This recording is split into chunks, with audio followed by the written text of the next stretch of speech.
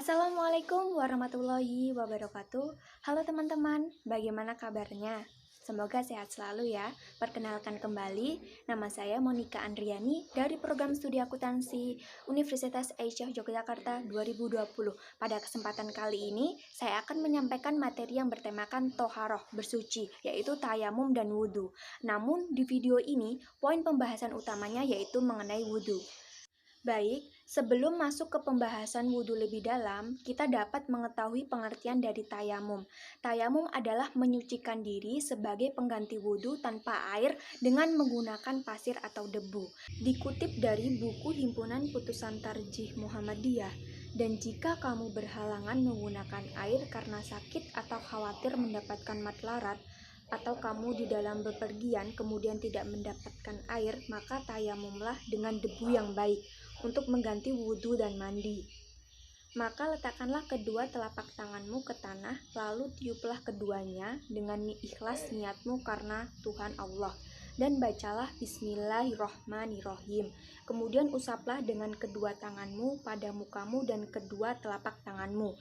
Dan apabila kamu dapat menggunakan air, maka bersucilah dengan air itu.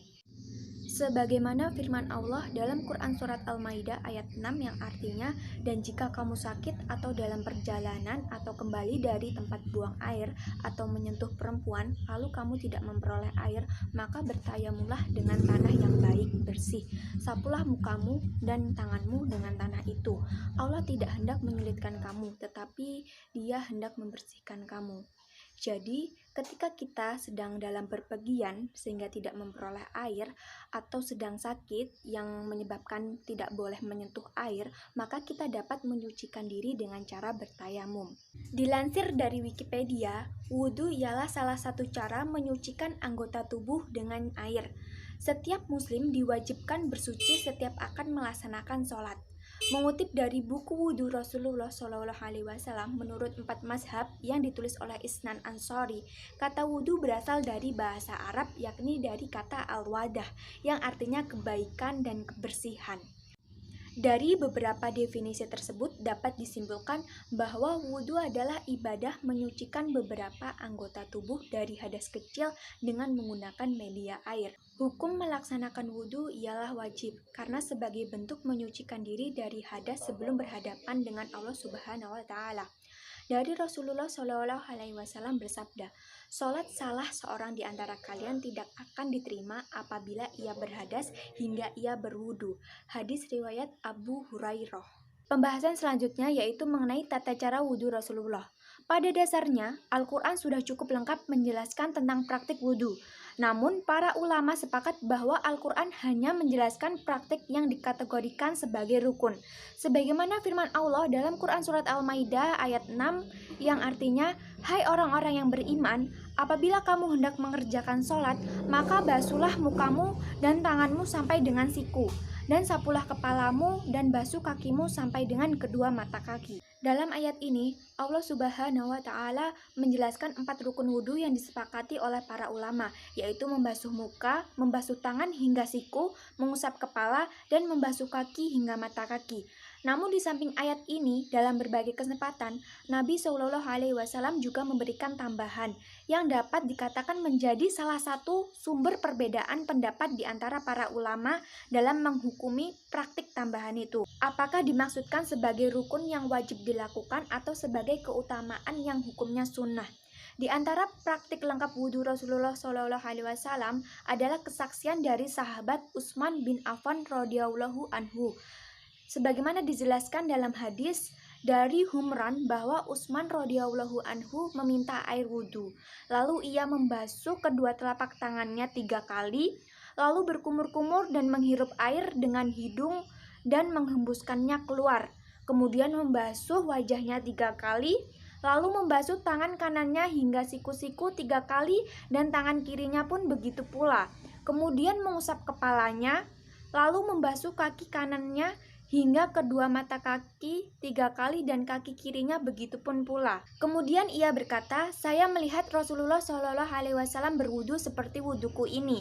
Hadis riwayat Bukhari, Muslim, Abu Dawud, Nasai, Ibnu Huzaimah, Ibnu Hibban, Abdurrazzaq, Adni, dan Daruqutni. Adapun praktik wudhu Rasulullah menurut 4 mazhab, diantaranya mazhab Hanafi, Maliki, Syafi'i, dan Hanbali. Para ulama sepakat bahwa tafsir dan penjelasan atas tata cara wudhu sebagaimana diperintahkan di dalam Al-Quran terdapat pada sunnah-sunnah Rasulullah SAW.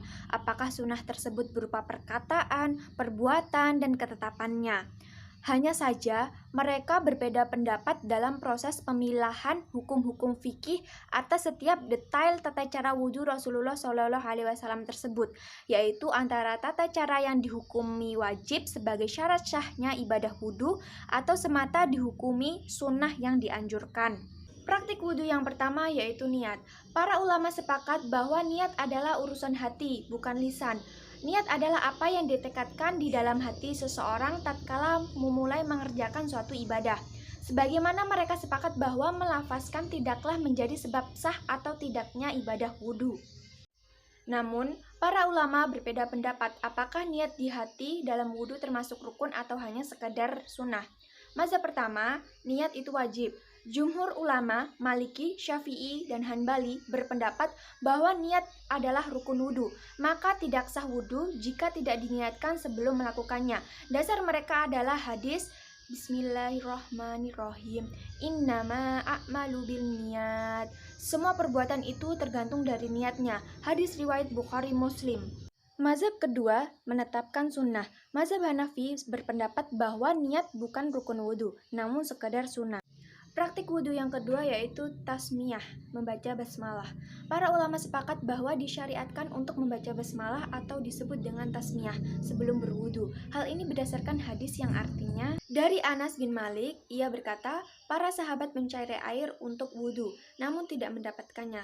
Lantas Rasulullah SAW bersabda, "Kesini." Dan aku, Anas, melihat Rasulullah SAW memasukkan tangannya pada wadah yang terdapat air di dalamnya dan bersabda, "Berwudulah dengan nama Allah." Anas berkata, "Aku melihat air memancar di antara jari-jari Rasulullah SAW dan para sahabat dapat berwudu semua." Sabir berkata, "Aku bertanya kepada Anas, berapa jumlah mereka?" Anas menjawab, sekitar 70 orang laki-laki. Hadis riwayat Baihaqi, dan ia berkata, hadis ini adalah hadis paling sahih dalam masalah tasmiyah. Hadis lainnya yang artinya dari Abu Hurairah dari Rasulullah SAW, setiap perkara penting yang tidak dimulai dengan basmalah maka ia terputus. Hadis riwayat Ar-Rahawi dalam Al-Arba'in dan Al-Azhim Abadi berkata hadis hasan. Hanya saja para ulama kemudian berbeda pendapat dalam menetapkan hukum atas basmalah sebelum wudhu, apakah sebagai rukun yang harus dilakukan atau sekedar sunnah. Mazhab yang pertama menetapkan bahwa membaca basmalah sebelum wudhu itu sunnah. Jumhur ulama, Hanafi, Maliki, Syafi'i, satu riwayat mazhab Hanbali berpendapat bahwa membaca basmalah hukumnya adalah sunnah, di mana mereka memahami bahwa perintah membaca basmalah dalam wudhu merupakan perintah anjuran yang dihukumi sunnah. Mazhab yang kedua menetapkan bahwa membaca basmalah sebelum wudhu itu wajib. Satu riwayat dalam mazhab Hanbali serta mazhab Zahiri berpendapat bahwa membaca basmalah wajib dilakukan sebelum melakukan wudhu, di mana jika seseorang sengaja tidak membaca basmalah sebelum wudhu, maka wudhunya tidaklah sah. Dalam hal ini mereka menganggap perintah di atas sebagai perintah wajib dan juga didasarkan pada hadis yang artinya dari Abu Hurairah, ia berkata Rasulullah SAW bersabda, tidaklah sah sholat bagi yang tidak berwudu dan tidaklah sah wudu bagi yang tidak membaca nama Allah. Hadis riwayat Ahmad, Abu Dawud, Ibnu Majah, Hakim, dan Ibnu Abi Saibah. Praktik wudu yang ketiga yaitu mencuci tangan hingga pergelangan. Para ulama sepakat bahwa mencuci kedua tangan hingga pergelangan sebelum mencelupkan tangan ke dalam wadah air untuk berwudu adalah disyariatkan. Sebagaimana dijelaskan pada hadis yang artinya dari Humran bahwa Utsman radhiyallahu anhu meminta air wudu, lalu ia membasuh kedua telapak tangannya 3 kali. Kemudian ia berkata, saya melihat Rasulullah SAW berwudu seperti wuduku ini. Hadis riwayat Bukhari Muslim. Hadis lainnya yang artinya dari Abu Hurairah radhiyallahu anhu, anhu, Rasulullah SAW bersabda, apabila seseorang di antara kamu bangun dari tidurnya, maka janganlah ia memasukkan tangannya ke dalam wadah air sebelum mencucinya 3 kali terlebih dahulu, sebab ia tidak mengetahui apa yang dikerjakan oleh tangannya pada waktu malam. Hadis riwayat Bukhari Muslim. Hanya saja, keempat mazhab tersebut berbeda pendapat dalam menghukumi amalan ini. Mazhab pertama menetapkan bahwa sunnah secara mutlak. Mayoritas ulama Hanafi, Maliki, Syafi'i berpendapat bahwa perintah Nabi Shallallahu Alaihi Wasallam untuk membasuh tangan sebelum berwudu adalah perintah anjuran yang sunnah, sebab praktik tersebut tidak disebutkan di dalam Al-Quran. Ibnu Rushd Al-Hafidh berkata, dan bagi yang berpendapat bahwa antara tambahan praktik ini dengan ayat terjadi ta'arud, kontradiksi, di mana ayat Al-Quran hanya membatasi beberapa fardu, 4 fardu, maka cara menggabungkan antara ayat dan hadis adalah dengan mengalihkan makna perintah dalam hadis dari wajib menjadi mandub, sunnah. Mazhab kedua menetapkan wajib setelah bangun di malam hari. Mazhab Hanbali bersepakat dengan jumhur ulama akan kesunahan membasuh tangan bagi yang hendak berwudu dalam segala hal, kecuali bagi yang hendak berwudu setelah bangun dari tidur di malam hari. Dalam hal ini mereka mewajibkannya atas dasar tekstualitas hadis di atas yang memerintahkan untuk mencuci tangan setelah bangun dari batat, yang bermakna bangun tidur di malam hari. Dan juga mereka menilai bahwa antara ayat dan hadis tidak dapat ta'arud. Dengan demikian, tambahan dari Nabi Shallallahu Alaihi Wasallam yang berupa perintah dapat menjadi tambahan praktik wudhu yang wajib atas apa yang telah disebutkan dalam Al-Quran. Praktik wudhu yang keempat yaitu bersiwak. Bersiwak at-tasawuk adalah membersihkan gigi atau menggosokkannya dengan alat tertentu, seperti menggunakan penggosok gigi maupun dahan pohon yang umumnya digunakan untuk bersiwak, seperti dahan pohon arak atau sugi. Sedangkan bagi mereka yang tidak memiliki gigi, bisa bersiwak dengan menggosok gusi giginya dengan jari. Para ulama sepakat bahwa disunahkan untuk bersiwak sebelum berwudu, sebagaimana dijelaskan dalam hadis yang artinya dari Abu Hurairah radhiyallahu anhu, Rasulullah Shallallahu Alaihi Wasallam bersabda, seandainya aku tidak memberatkan umatku, pastilah aku perintahkan mereka untuk menggosok gigi, bersiwak pada setiap berwudu. Hadis riwayat Malik, Ahmad, Nasai, dan disahihkan oleh Ibnu Huzaimah. Hadis lainnya yang artinya dari Aisyah, ia berkata, wahai Rasulullah, seseorang tidak memiliki gigi, apakah ia bersiwak? Nabi Shallallahu Alaihi Wasallam menjawab, iya. Aisyah berkata, bagaimana ia melakukannya? Nabi Shallallahu Alaihi Wasallam menjawab, dengan memasukkan jarinya ke mulutnya. Hadis riwayat Tabrani dalam Al-Mujam Al-Awsat. Praktik yang kelima yaitu madmadah, istinsyak, dan istinsar. Madmadah adalah memasukkan air ke dalam mulut dan mengeluarkannya lagi. Aktivitas ini dalam bahasa Indonesia lebih dikenal dengan berkumur-kumur. Sedangkan istinsyak adalah memasukkan air ke dalam hidung dan proses mengeluarannya disebut dengan istinsar.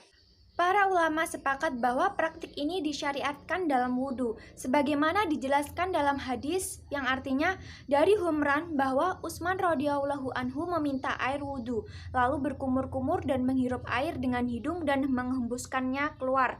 Kemudian Utsman berkata, saya melihat Rasulullah Shallallahu Alaihi Wasallam berwudhu seperti wudhuku ini. Hadis riwayat Bukhari Muslim. Para ulama juga umumnya sepakat bahwa ketiga perbuatan tersebut dapat dilakukan dengan berbagai cara, apakah dilakukan secara terpisah atau dilakukan secara bersama-sama, seperti dengan memasukkan air yang telah diciduk oleh telapak tangan, sekaligus ke mulut, madmadah, dan hidung istinsyak.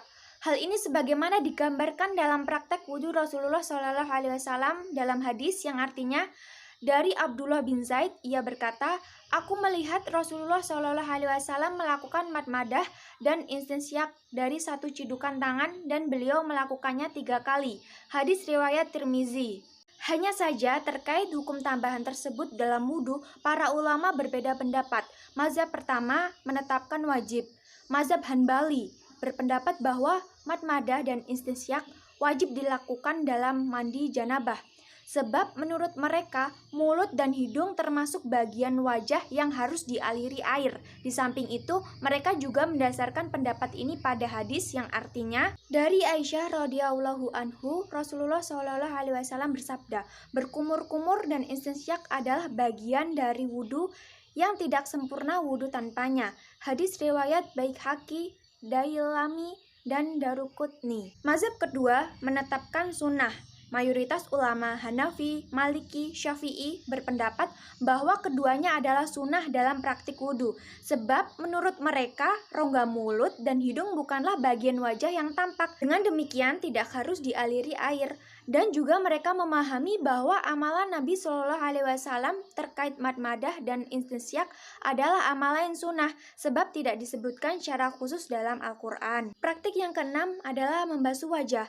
Para ulama sepakat bahwa membasuh wajah adalah rukun wudhu, di mana batasan wajah adalah tempat tumbuhnya rambut hingga ke dagu dan dari batas telinga kanan hingga batas telinga kiri. Sebagaimana firman Allah, A'udzubillahi minasyaitonirrajim. Bismillahirrahmanirrahim. Faghsilu wujuhakum, maka basuhlah mukamu. Quran Surat Al-Maidah ayat 6. Praktik selanjutnya adalah taklil. Taklil berasal dari kata kolal yang bermakna rongga. Maksudnya adalah menyela-nyela anggota tubuh yang berongga pada bagian tubuh yang dibasuh pada praktik wudhu dengan air wudhu menggunakan anggota tubuh yang lain seperti jari-jari.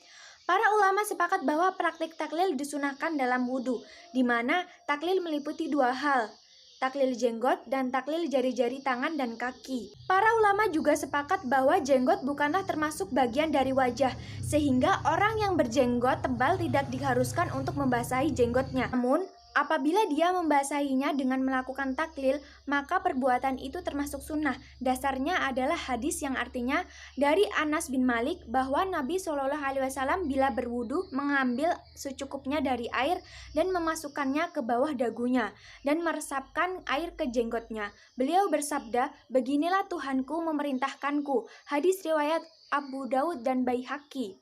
Sedangkan dasar kesunahan taklil pada jari tangan dan kaki adalah hadis yang artinya dari Asim bin Lakit, dari ayahnya Lakit, ia berkata, Rasulullah Shallallahu Alaihi Wasallam bersabda, jika engkau berwudu, ratakanlah wudu dan basahi sela-sela jari dengan air. Hadis riwayat Tirmizi, Nasai, dan Abu Daud. Praktik selanjutnya membasuh kedua tangan hingga siku. Para ulama sepakat bahwa membasuh tangan sampai siku adalah rukun wudu. Meskipun mereka berbeda pendapat apakah siku termasuk yang wajib dibasuh atau tidak, di mana jumhur 4 mazhab berpendapat bahwa siku wajib dibasuh, sedangkan sebagian ulama Hanafi dan Maliki serta riwayat dari Imam Ahmad berpendapat bahwa siku tidak wajib dibasuh. Praktik mengusap kepala. Maksud dari mengusap kepala adalah meraba atau menjalankan tangan ke bagian yang diusap dengan membasahi tangan sebelumnya dengan air. Sedangkan yang disebut kepala adalah mulai dari batas tumbuhnya rambut di bagian depan, dahi, ke arah belakang hingga ke bagian belakang kepala. Para ulama sepakat bahwa mengusap kepala adalah rukun wudhu. Sebagaimana mereka juga sepakat akan kesunahan tata cara mengusapnya. Sebagaimana dalam penjelasan hadis yang artinya, dari Abdullah bin Yazid bin Asim radhiyallahu anhu tentang cara berwudu, dia berkata, Rasulullah Shallallahu Alaihi Wasallam mengusap kepalanya dengan kedua tangannya dari muka ke belakang dan dari belakang ke muka. Dalam lafaz lain, beliau mulai dari bagian depan kepalanya sehingga mengusapkan kedua tangannya sampai pada tengkuknya lalu mengembalikan kedua tangannya ke bagian semula. Hadis riwayat Bukhari Muslim. Hanya saja, para ulama kemudian berbeda pendapat terkait batasan wajib dalam mengusap kepala yang rukun. Mazhab pertama, mazhab Maliki dan mazhab Hanbali berpendapat bahwa yang wajib diusap adalah seluruh bagian kepala. Bahkan Hanbali mewajibkan untuk membasuh juga kedua telinga, baik sisi belakang maupun sisi depannya, sebab menurut mereka kedua telinga termasuk bagian dari kepala juga. Mazhab kedua, mazhab Hanafi berpendapat bahwa yang wajib untuk diusap adalah 1/4 bagian kepala, yaitu mulai ubun-ubun dan di atas telinga. Mazhab ketiga, mazhab Syafi'i berpendapat bahwa yang wajib diusap hanyalah sebagian dari kepala, meskipun hanya beberapa helai rambut saja, sedangkan mengusap seluruhnya adalah sunnah. Dasar mereka adalah hadis yang artinya, Bakr berkata, aku mendengar Ibnu Al-Mughirah bahwa Rasulullah SAW berwudu mengusap ubun-ubunnya, imamahnya, dan kedua khuf. Hadis riwayat Muslim. Praktik membasuh telinga. Para ulama sepakat bahwa disyariatkan dalam wudhu untuk membasuh telinga. Sebagaimana mereka juga sepakat akan disunahkannya membasuh telinga dengan membasuh sisi dalamnya dengan jari telunjuk dan membasuh sisi luarnya dengan ibu jari. Sebagaimana dijelaskan dalam hadis yang artinya dari Ibnu Abbas bahwa Nabi SAW mengusap kepala dan dua telinganya. Beliau memasukkan dua jari telunjuk ke bagian dalam daun telinga, sedangkan kedua jempolnya ke bagian luar daun telinga. Beliau mengusap sisi luar dan dalam telinga. Hadis riwayat Ibnu Majah. Hanya saja para ulama berbeda pendapat akan hukum membasuh telinga. Mazhab pertama menetapkan sunnah. Jumhur ulama Hanafi, Maliki, Syafi'i berpendapat bahwa membasuh kedua daun telinga bukan termasuk rukun wudhu, melainkan sunnah. Sebagaimana mereka juga sepakat akan disunahkannya membasuh daun telinga dengan air yang baru. Dasar mereka adalah hadis yang artinya, dari Abdullah bin Zaid al-Ansari bahwa dirinya pernah melihat Rasulullah SAW berwudu, lalu membasuh kedua telinganya dengan air yang baru, bukan air bekas membasuh kepalanya. Hadis riwayat Hakim.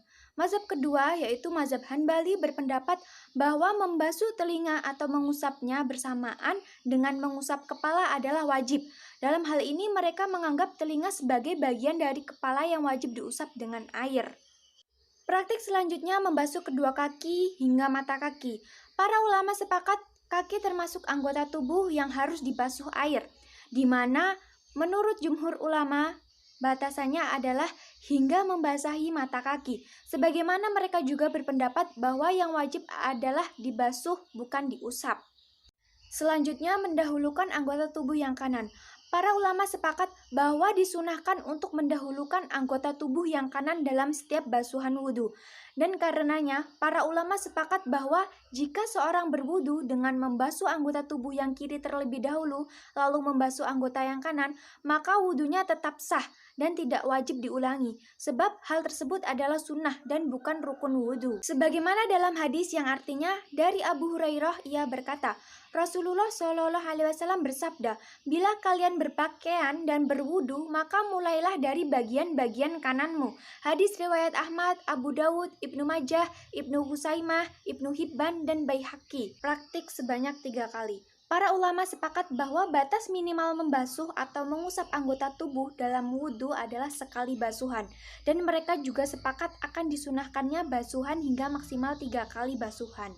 Sebagaimana dalam hadis yang artinya dari Ibnu Umar ia berkata bahwa Nabi SAW membasuh anggota wudhu masing-masing 1 kali lalu bersabda, ini adalah amal yang Allah Subhanahu wa Ta'ala tidak akan menerimanya kecuali dengan cara ini. Kemudian beliau membasuh masing-masing 2 kali dan bersabda, ini yang membuat Allah melipat gandakan amal 2 kali lipat.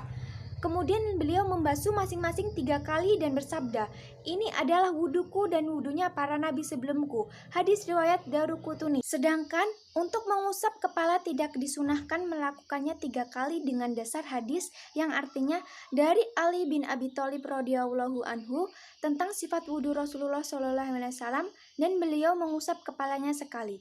Hadis riwayat Nasai. Selanjutnya tertib. Maksud tertib wudhu adalah membasuh anggota wudhu secara berurutan mulai dari membasuh wajah hingga membasuh kaki sebagaimana disebutkan dalam Al-Quran yaitu wajah, tangan, kepala, dan kaki. Namun terkait praktik ini, para ulama tidak satu sependapat. Mazhab pertama, mazhab Syafi'i dan mazhab Hanbali berpendapat bahwa tertib dalam wudhu adalah wajib. Argumentasi mereka adalah karena dalam praktiknya Rasulullah SAW melakukan wudhu secara berurutan.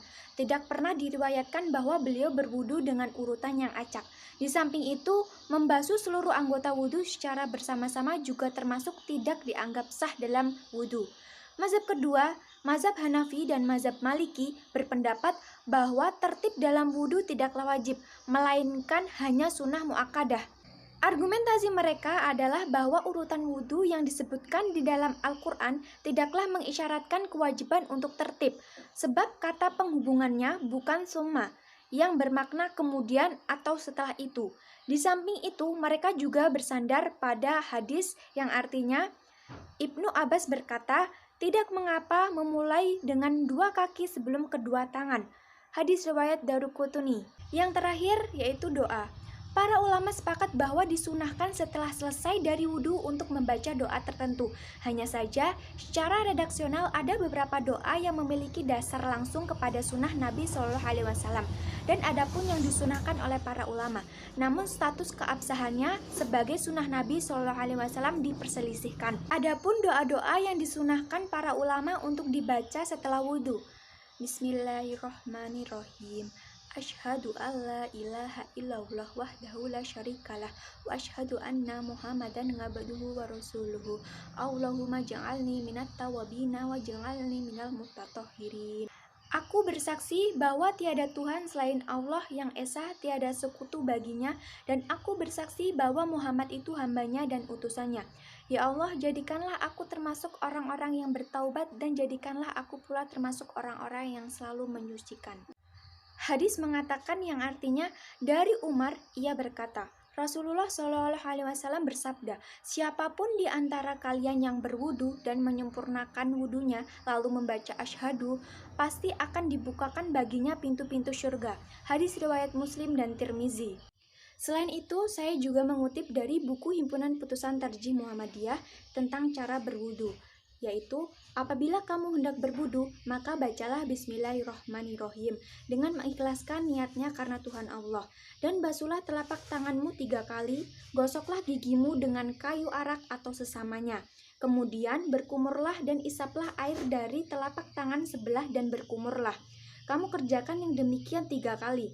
Dan sempurnakanlah dalam berkumur dan mengisap air itu apabila kamu sedang tidak berpuasa.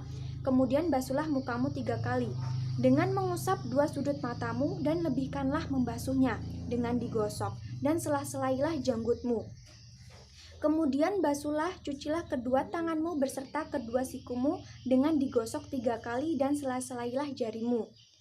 Dengan melebihkan membasuh kedua tanganmu, mulai tangan kanan lalu usaplah kepalamu atau ubun-ubunmu dan atas surbanmu dengan menjalankan kedua telapak tangan dari ujung muka kepala sehingga tengkuk dan dikembalikan lagi pada permulaan. Kemudian usaplah kedua telingamu sebelah luarnya dengan 2 ibu jari dan sebelah dalamnya dengan kedua telunjuk. Lalu basuhlah kedua kakimu beserta kedua mata kaki dengan digosok 3 kali. Dan sela-selailah jari-jari kakimu dengan melebihkan membasuh keduanya, dan mulailah dari yang kanan dan sempurnakanlah membasuh kedua kaki itu. Kemudian ucapkan asyhadu alla ilaha illallah wahdahu la syarikalah wa asyhadu anna Muhammadan abduhu wa rasuluh. Jadi itulah perbedaan pendapat tentang tata cara wudhu Rasulullah menurut 4 mazhab dan buku Himpunan Putusan Tarjih Muhammadiyah. Dapat disimpulkan bahwa semuanya mendekati tata cara wudhu sahabat Rasulullah yaitu Utsman bin Affan. Tetapi semua kembali kepada diri kita masing-masing.